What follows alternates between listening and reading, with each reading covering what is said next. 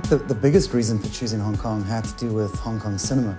At the time we were watching a lot of Hong Kong cinema action flicks and just loved the action, loved the setting. So for us it was just made perfect sense to bring the action, bring an open world game to somewhere that gamers had never been before.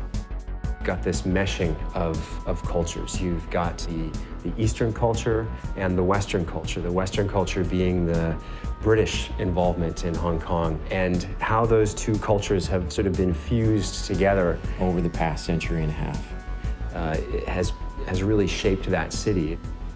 You have the crazy extremes and the crazy characters just there for your enjoyment. Watching movies, we all love watching action movies, but that wasn't enough. And reading books, and there are lots of them about the cops' relationship with the triads, that wasn't enough.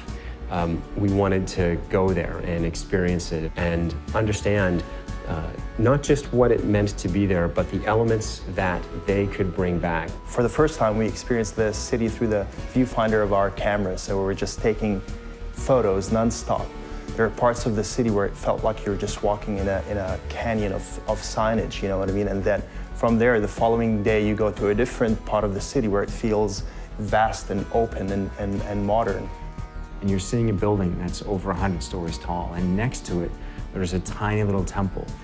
You see guys hanging out on a street corner who look like they were in a street fight, and they were triad guys who actually were in a street fight. The key for us about the triads and about Hong Kong was just how interwoven the triads are into society there. It's not like there's a bad guy that you can point to the whole time. They're part of the fabric. We were really lucky to be able to talk to people on both sides, the police and the triads. We talked to a member of very high up, and I guess you'd call it the Hong Kong Secret Service. He was fascinating to talk to, just in terms of understanding what the threats were in Hong Kong. We talked to a couple of members of the triads as well, who took our writer into some very interesting places. He never felt at risk, but he learned some interesting things.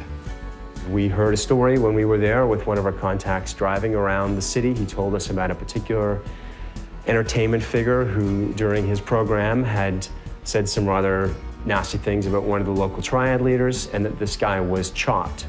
Chopped being the term of being attacked by a triad but left alive. No sooner had he told us the story than we drove around a corner, and he said, well, there he is. And sure enough, there was this guy walking down the street who we passed, who was years after the attack, but very visibly limping and very visibly maimed.